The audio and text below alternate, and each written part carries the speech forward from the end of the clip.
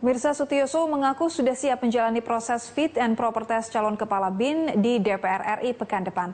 Menurutnya tidak ada persiapan khusus yang dilakukan untuk menghadapinya. Sutioso mengatakan dirinya juga tidak memikirkan dengan banyaknya penolakan terhadap pencalonan dirinya. Baginya penolakan tersebut sebagai bumbu-bumbu dalam proses pencalonannya. Ia juga tidak menampik bahwa jabatan ini bagian dari bagi jatah untuk PKPI. Namun ia mengatakan bahwa yang terpenting orang yang dipilih benar-benar mampu. Sutioso juga menegaskan dirinya akan menjaga netralitas saat menjadi kepala BIN karena dirinya sudah tidak lagi menjadi ketua umum PKPI. Politik udah biasa kayak begitulah. Menteri-menteri yang lain kan ada dari partai politik sama aja kan.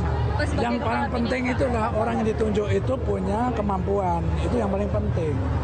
Jadi jangan dikotomikan partai, non-partai. Saya juga nggak setuju. Saya kan 7 bulan juga nggak dapat jabatan, aku diem aja kan. Nah, gitu. Pak, ini kan masih dalam pertimbangan di DPR. Iya. Ini seperti apa Pak nanti prosesnya? Apakah... Ya nanti kan ada fit and proper test, aku udah siap menghadapi itulah.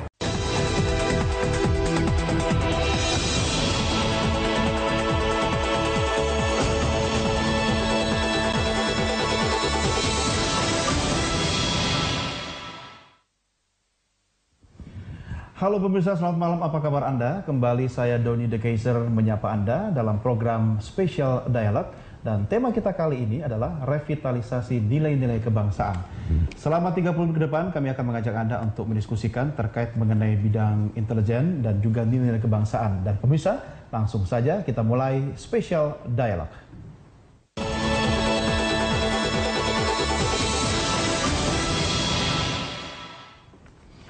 Ya pemirsa, nilai-nilai kebangsaan dewasa ini memang terasa agaknya semakin luntur. Oleh karena itu, pemantapan nilai-nilai kebangsaan harus menjadi sebuah kebutuhan bagi bangsa Indonesia untuk membangun karakter bangsa. Lalu bagaimana peran intelijen dalam revitalisasi nilai-nilai kebangsaan ini? Kita akan segera membahasnya. Telah hadir bersama saya pengamat intelijen dan juga pengamat pertahanan yaitu Ibu Dr. Susaning Tias Nevo Handayani Kertopati. Selamat malam Bu Susan, apa kabar? Apa kabar? Sehat? Mas Doni, alhamdulillah. Negara kita aman nggak sekarang Bu? Insya Allah. Aman.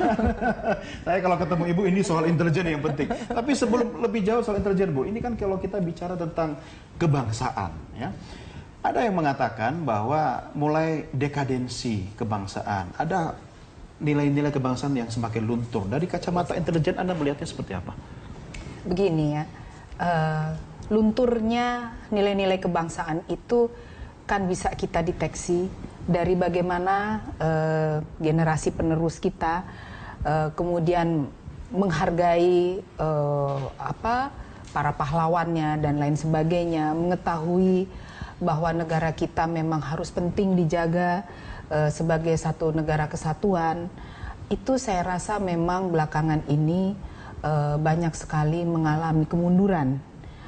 Saya rasa mengenai bagaimana nilai-nilai kebangsaan itu dapat dipertahankan agar berangkat dari kaum mudanya dan seluruh anggota masyarakat dari segala macam sektor itu berangkat dari keluarga, karena memang pendidikan awal adalah dari keluarga. Pilar utama ya? Pilar utama. Jadi lalu kemudian di sekolah, ya meskipun sekarang ini kan banyak sekali orang yang merasa bergengsi masukkan anak putra-putrinya di sekolah yang berbahasa standar internasional asing ya, standar internasional, cacisius berbahasa Inggris, tetapi ada yang sedikit dilupakan bahwa nilai-nilai kebangsaan itu justru sebagai pilar bangsa ini begitu sangat penting dan agak sedikit terlupakan, dan itu saya rasa memang mungkin harus terus menjadi suatu hal yang digali dan merupakan hal yang diutamakan di dalam setiap relung-relung kehidupan masyarakat, di dalam pengembangan edukasi, di mana semua itu tidak bisa kita lihat hanya peran Departemen Pendidikan saja, tetapi itu harus holistik, terintegrasi. Seluruh departemen harus mengedepankan lintas sektoral ya. Lintas sektoral. Artinya Bu Susan, kalau kita bicara tentang bagaimana merevitalisasi nilai-nilai kebangsaan itu kan dimulai paling dekat dari rumah tangga. Betul. Ini bukan cuma urusan pemerintah dong, atau kementerian, atau sektor-sektor yang terkait. Ini urusan rumah tangga loh. Bagaimana sebenarnya seorang kepala rumah tangga atau anggota keluarga itu bisa memaknai bahwa kita perlu loh meningkatkan nilai-nilai kebangsaan dalam hal kecil saja seperti itu kan? Bisa. Iya, betul. Ya, contohnya saja begini. Kebetulan orang tua saya TNI. Dulu ketika saya kecil, tapi itu kan zaman saya kecil ya. Sekarang kita aja udah umur berapa? Itu masih sering mendengar gitu bagaimana dulu bapak itu berjuang di hutan melawan penjajah dan lain sebagainya. Ada nilai-nilai. Tapi sekarang ini kan kita yang tidak. diwariskan sekarang K-pop gitu ya. Kita kan ya orang-orang tua yang sekarang ini kan usianya juga masih relatif masih muda ya. Mereka tidak mengalami masa-masa peralihan, revolusi dan lain sebagainya seperti yang saya alami cerita dari orang tua saya. Medan perjuangannya berbeda. Medan perjuangannya berbeda, tetapi di situ kan tetap saja harus memiliki suatu bentukan-bentukan baru, di mana itu tetap mempertahankan bagaimana unsur edukasi, nilai-nilai kebangsaan, sehingga anak-anak itu ketika besar mereka tetap bangga menjadi anak Indonesia, menjadi bangsa Indonesia. Betul, ini soal bangga menjadi Indonesia. Hal kecil saja, Bu Susan. Waktu kecil kita sering dilibatkan dalam upacara bendera. Betul. Bagaimana ketika mengikuti upacara bendera, sikap sempurna bendera merah putih naik, atau kita sedang tidak di luar lapangan upacara, tapi ketika bendera naik kita berdiri sikap sempurna. Nah, hal-hal kecil itu sebenarnya kan bisa diterapkan dari keluarga. Kalau istilah NKRI harga mati itu dulu sangat mengemuka. Sekarang kok sepertinya cuma menjadi slogan yang kita dapatkan di literatur yang ada di perpustakaan. Di sejarah gitu sejarah, kan. ya. Saya khawatir nih Bu Susan, lama-lama nanti generasi anak cucu saya ini sudah bukan isu yang seksi lagi untuk dibahas. Bahkan mungkin suatu hal yang kalau orang Jawa bilang itu gila nih. Gila nih. Jadi ngapain sih ikut mata kuliah, mata pelajaran itu nih, atau kan? begitu ya? Menarik, gitu. Nah, itu sangat berbahaya. Seharusnya juga kita ingat di zaman periode yang lalu ya, itu kan diperkenalkan Sisan Kamrata sistem pertahanan keamanan rakyat semesta. Itu kita rasa tuh dulu jika mendengar hal itu aduh jadul. Tapi sebenarnya kalau kita kembalikan sekarang ini itu penting karena dengan masih relevan nggak? Relevan sekali kalau untuk menjaga keutuhan bangsa sangat relevan. Mungkin kemasannya saja yang lebih kekinian dan ya? dapat diterima, acceptable bagi apalagi bagi kaum mudanya ya. Dan itu harus dikembangkan secara holistik sehingga bisa diperankan dalam bentuk apapun sehingga rasa memiliki negara, mencintai negara itu menjadi suatu hal yang harus ya, keniscayaan. Ya, nah Bu Susan, ini menariknya begini, ketika nilai-nilai kebangsaan kita semakin luntur dan itu bermula dari keluarga, artinya kan daya tahan kebangsaan kita semakin lemah. Ibaratnya virus mudah masuk kan? Nah kalau budaya-budaya asing itu mudah dengan masuk, sementara daya tahan kebangsaan kita sangat lemah, harusnya intelijen kita semakin kuat dong di sini. Bagaimana koneksinya nih untuk menjadi semacam jaring pengaman? Kita kan begini, sekarang kenapa budaya asing mudah sekali masuk? Karena kita lihat sendiri ya, sistem informasi juga semakin teknologinya semakin canggih ya, media sosial dan lain sebagainya. Itulah makanya penting sekali cyber war yang seperti ini harus ditanggapi secara serius dan ditangani secara serius dan integrated, utamanya oleh lembaga intelijen kita. Karena memang hal ini kan masuknya katakanlah itu virus ya, seperti waktu itu kita heboh kan mengenai ISIS dan lain sebagainya. Virus terorisme melalui jaringan internet kan banyak kemudian juga banyak sekali situs porno dan lain sebagainya, di mana pada akhirnya itu mengurangi kepekaan putra-putri kita untuk lebih mengutamakan hal-hal yang sebenarnya itu penting untuk menjadikan mereka anak Indonesia yang selain cerdas tapi juga bangga bahwa mereka itu adalah anak Indonesia. Mereka akan melihat kesehariannya itu, ya kita bisa lihat di warnet-warnet dan lain sebagainya ya.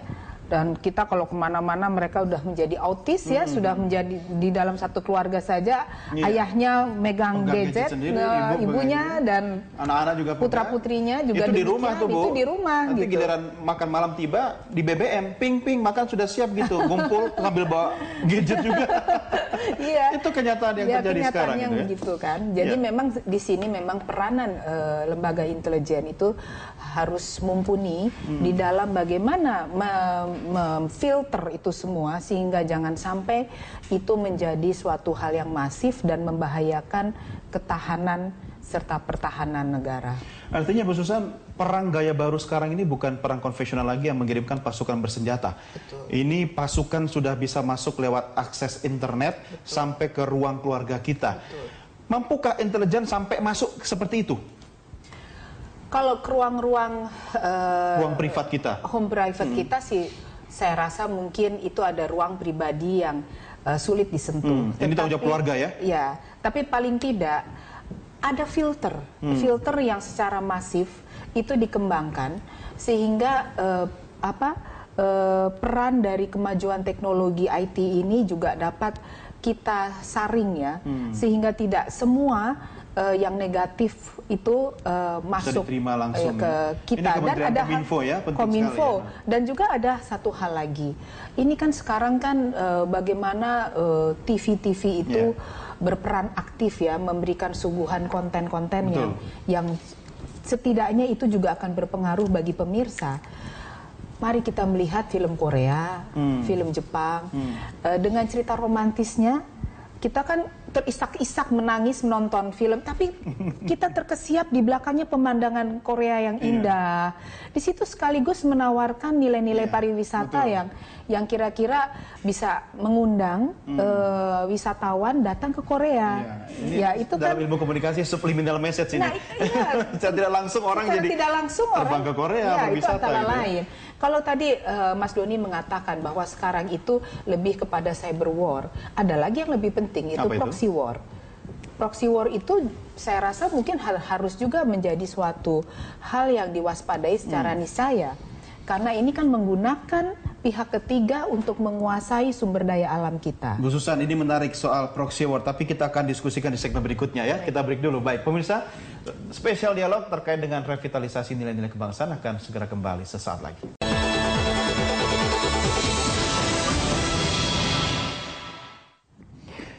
Pemirsa, terima kasih Anda masih bergabung bersama kami dalam Spesial Dialog. Kita mendiskusikan terkait revitalisasi nilai-nilai kebangsaan. Kalau bicara tentang kebangsaan, mungkin bagi sebagian pemirsa dianggap sesuatu yang usang, tidak seksi, nggak menarik lagi dibandingkan dengan K-pop gitu kan, atau film-film drama Korea seperti yang Bu Susan tadi katakan.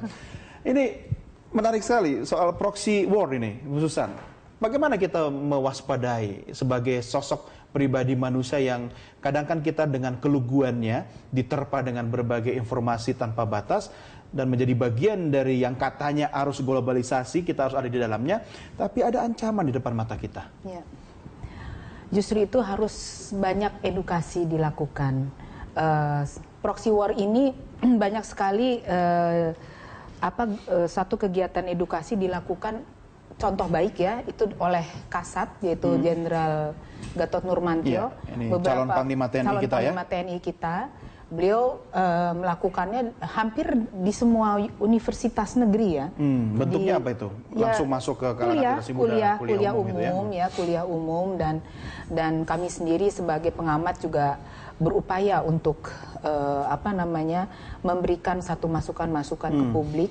Apa itu sebenarnya proxy war? Karena memang kan kita sadari bahwa di negara kita ini begitu kaya akan sumber daya alam, manusia. Ya, itu semua kan dilirik oleh negara asing.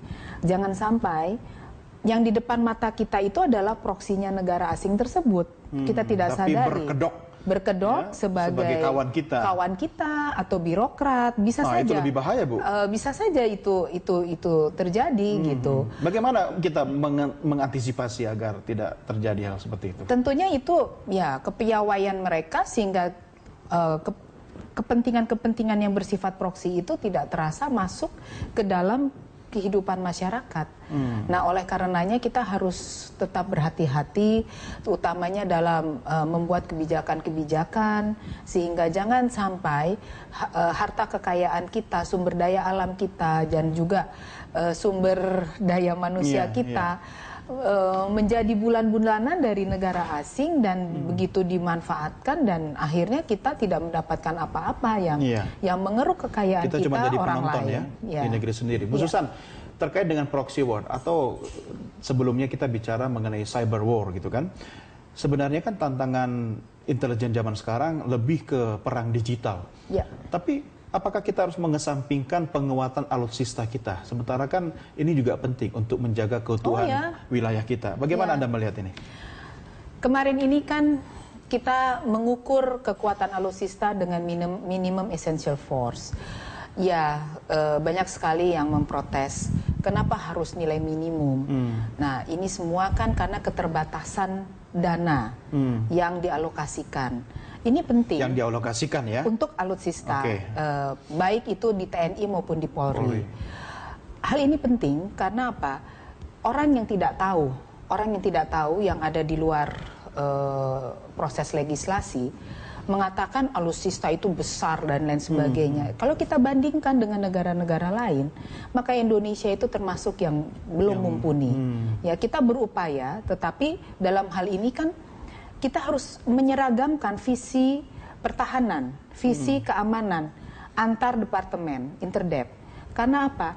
Ketika kita membahas satu pengelolaan dana di DPR katakan untuk pembelian alutsista dan lain sebagainya, Menteri Keuangan belum tentu setuju. Bappenas belum tentu setuju. Semua melihat dengan kacamata yang berbeda dengan Menteri Pertahanan. Nah, ini harus diseragamkan. Padahal ini kebutuhan ya? Ini satu kebutuhan, tapi memang jadi begini, APBN yang diturunkan untuk kebutuhan pertahanan kita itu memang harus berjalan linier antara pembelian alutsista, pelengkapan alutsista, dan peningkatan kesejahteraan bagi prajurit pengawak. Sekarang begini Mas Doni, bila prajurit pengawak dalam situasi di mana dirinya, putra-putrinya mau masuk sekolah tidak punya uang untuk menyekolahkan anaknya. Sementara hari itu harus menerbangkan pesawat. Pikiran kacau. Stres juga dia. Bagaimana bisa fokus untuk menerbangkan pesawat tersebut? Itu contoh sederhana. Ini paralel berarti ya? Oh ya. Apakah harus fokus dulu pada soal kesejahteraan baru alutsista, atau ini Saya kan bukan pilihan? rasa suatu hal yang harus dibagi secara bijak oleh para pemangku kebijakan. Jangan sampai untuk mengisi bahan bakar pesawat tempur, tapi perutnya prajurit tidak diisi gitu kan? Tidak diisi.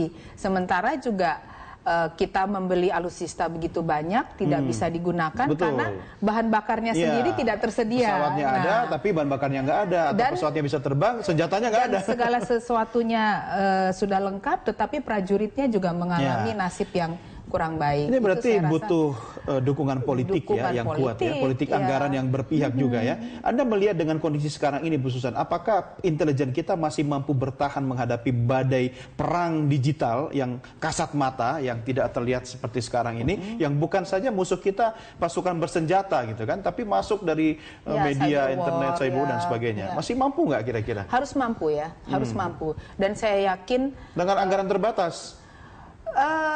Kasihan juga lah Bu. Tentunya begini, peran intelijen itu bisa mumpuni bila di lapangan itu para perwira intelijen, pegiat intelijen itu memiliki kualitas yang baik, sehingga berimprovisasi di dalam melakukan tugas-tugasnya itu juga dapat membantu dalam pencarian informasi. Fungsi intelijen itu kan memberikan, memasok informasi kepada end user.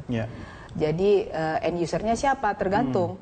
Kalau kayak kepala BIN, end usernya ya presiden. Betul. Ya kalau misalnya Kaba Intelkam, end usernya ya Kapolri. Begitu juga BAIS, end usernya kan Panglima. Artinya kalau sampai ke presiden, jangan sampai presiden mendapatkan data yang keliru salah, yang salah keliru. gitu kan.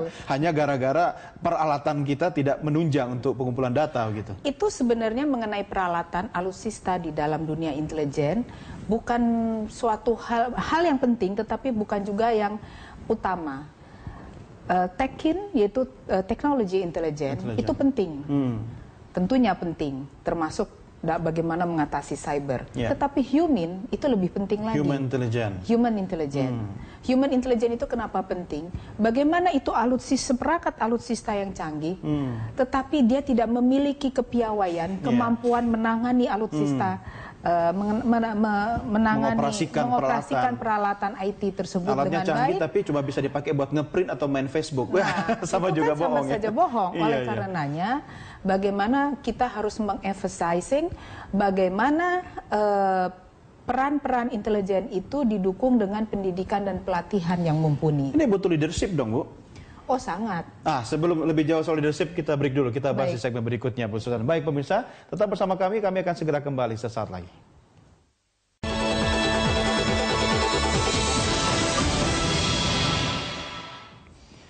Terima kasih Anda masih bergabung bersama kami dalam Special Dialog, pemirsa, dan masih bersama saya, Ibu Susan Ikhtias, yang akan mendiskusikan tentang revitalisasi nilai-nilai kebangsaan. Kita sudah jauh masuk terkait kebangsaan dan juga peranan intelijen. Saya sangat concern, Bu Susan, kalau bicara soal intelijen, kita punya Badan Intelijen Negara ya. Dan ini kan soal leadership ini sangat penting untuk menentukan skala prioritas atau fokus perhatian intelijen kita kemana. Bagaimana Anda melihat kondisi Badan Intelijen kita sekarang ini? Iya, Badan Intelijen Negara kita ini kan memang sangat penting ya. Memang keberadaannya itu suatu hal yang sangat dibutuhkan bagi kepala negara kita dalam membuat keputusan-keputusannya. Tetapi kan begini, di dalam intelijen itu sendiri, karena itu berupa badan, maka itu terdiri dari orang-orang yang ada di dalamnya. Gabungan ya, dari bermacam-macam unsur begitu ya? Ya, maksudnya ada di situ ada ya orang-orang yang di anggotanya. Ini kita bicara SDM berarti ya? Berarti kita bicara SDM. Nah, itu harus diberi pelatihan maupun pendidikan yang mumpuni sehingga pendidikan intelijen maksud Anda? Ya, intelijen dan seluruhnya sehingga dapat mengetahui segala macam sektor. Kita kan bicara intelijen tidak bisa kita hanya bicara mengenai masalah spionase saja, tetapi telik sandi saja. Tetapi kan luas, kita juga bicara bagaimana cipta kondisi, bagaimana kita juga bisa masuk ke dalam satu ruang yang sangat asing dan lain sebagainya ya, dengan covert actionnya dan dengan segala perilaku-perilaku yang memang sedemikian rupa dibutuhkan dalam kegiatan intelijen itu sendiri. Jadi memang di sini itu penting sekali adanya pendidikan dan pelatihan. Menurut Anda sekarang ini fokus perhatian pada SDM ya? Satu itu SDM, ya dua tadi perangkat ya, perangkat IT dan lain sebagainya. Satu hal lagi adalah kepemimpinan. Leadership ini. Saya sih berharap ya siapapun yang menjadi kepala BIN yang akan datang ini juga memiliki kepemimpinan yang baik dan pengetahuan. Pengetahuan itu bukan hanya pengetahuan mengenai ilmu intelijen saja, tetapi know-how mengenai Indonesia secara keseluruhan. Ini soal ngurus negara berarti? Iya, Ippolik Sosbud. Seorang kepala BIN itu tidak mudah karena dirinya akan menjadi mata dan telinga bagi end user yaitu presiden. Nah, bagaimana kalau infonya salah? Jadi kepala BIN ini harus menguasai apapun yang ada di dalam ruang lingkup Ippolik Sosbud. Itu tidak boleh satu pun tanggal dari pengamatannya. Sipil atau militer menurut Anda? Sipil atau militer tidak menjadi masalah. Yang penting kapasitasnya kapasitasnya itu seperti itu. Nah, satu hal lagi mengenai leadership. Ketika kita bicara leadership BIN, kita juga tidak bicara leadership negara.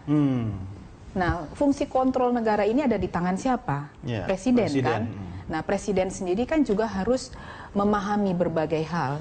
Karena beliau juga adalah sebagai pemegang keputusan negara, di mana jatuh bangunnya negara ini ada di tangan dirinya.